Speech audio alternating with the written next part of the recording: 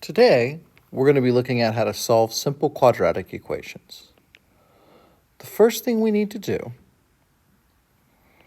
is we need to isolate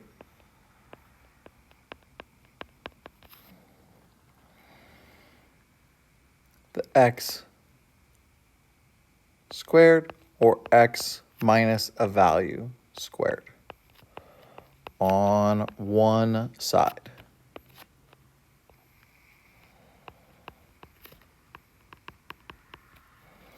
Following our isolation of that, we need to take the square root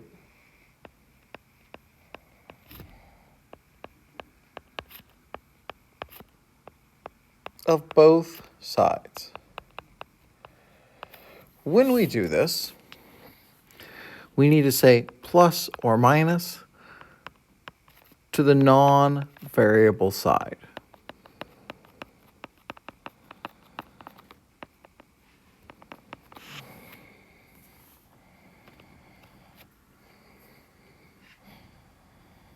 Then we just solve for the variable. So let's start with the first one. Is the x squared isolated? Yes. So we say x squared equals 25, and we take the square root of both sides.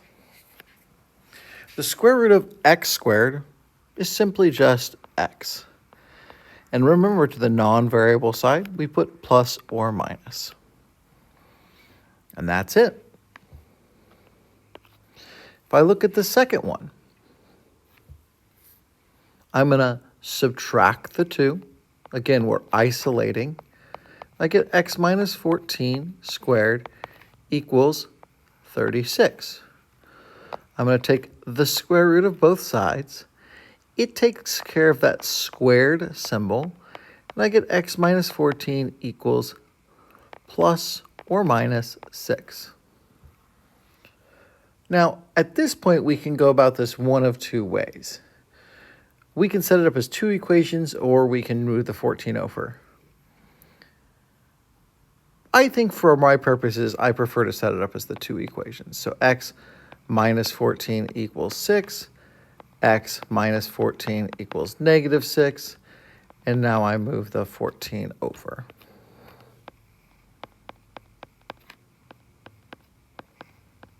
X equals 20. Or x equals 8. Perfect. Let's look at number 3. Again, I'm going to start by isolating.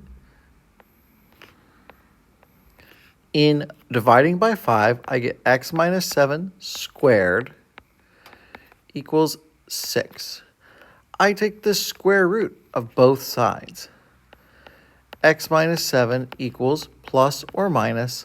Now 6 you can't break down, so we just leave it as the square root of 6. We put the two equations, x minus 7 is equal to the square root of 6, or x minus 7 is equal to the negative square root of 6.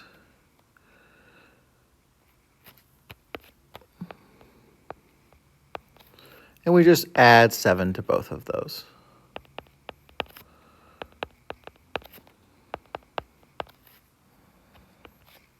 Giving us x as the square root of 6 plus 7, or x as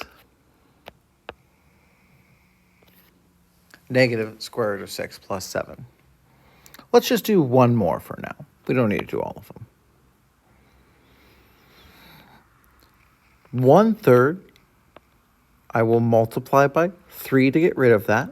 I have 4x minus 5 squared equals now 81. I take the square root of both values.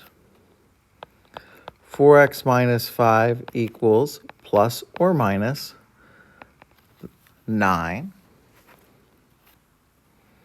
I set up my two equations. 4x minus 5 equals positive 9. 4x minus 5 equals negative 9. And I just solve. 4x equals negative 4. 4x equals 14. Then I get x as 7 over 2, or x as negative 1. Okay. Now what we might see here, though, is what happens with an imaginary number. So the most common way to see an imaginary number is the square root of a negative. The square root of negative 1 simply just turns into an imaginary 1. And for our purposes, the easiest way to think about this, let's imagine we have the square root of negative 36, is we say, okay, that's equal to the square root of negative 1 times the square root of 36. So an imaginary 1 times, what's the square root of 36? 6, or 6 imaginaries. Imaginary 6. So let's see those in action.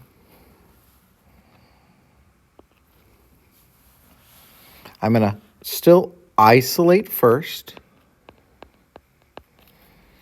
I get x minus 9 squared equals negative 16. I'm going to take the square root of that. That's going to break down into the square root of the negative 1. Right?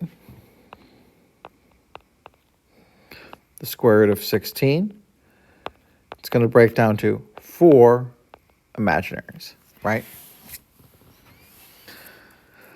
And it's still plus or minus. So I'm going to set this up as two parts. X minus 9 equals imaginary 4, and x minus 9 equals negative 4 imaginary.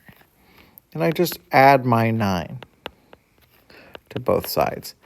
Now, one of the things you're going to find out is you can't really add an imaginary number with a real number. So we just simply leave them as they are.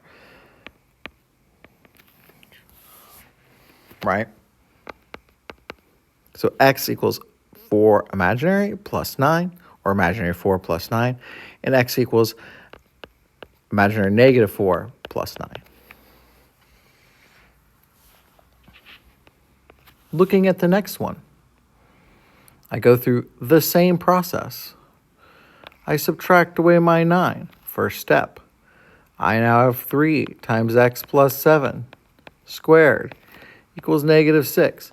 I divide by 3. X plus 7 squared equals negative 2. Oh boy, I take the square root of both sides. I'm going to draw this up here, give myself some more room. X plus 7 equals, and again, think about it, the square root of negative 2 is, we bring out the negative 1. Square root of negative 1 is imaginary number times the square root of 2. And it's plus or minus. So we say x plus 7 equals an imaginary times the square root of 2. X plus 7 equals a negative imaginary times the square root of 2. And now I just move my 7 over.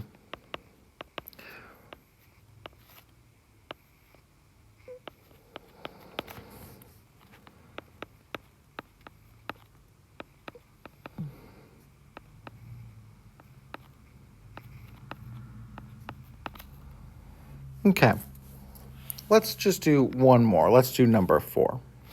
I don't want to belabor this too long here. Here we're going to move the x's to one side and the numbers to the other. So I'm going to move this 6x over. I'm going to move away the 102. And I get negative 81 equals 9x squared. I divide by 9. Negative 9 equals x squared. I now take the square root of negative 9 and the square root of x squared.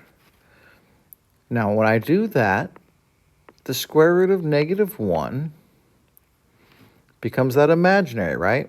And the square root of 9 becomes 3 imaginary. And remember, it is plus or minus equals x. And we are all done.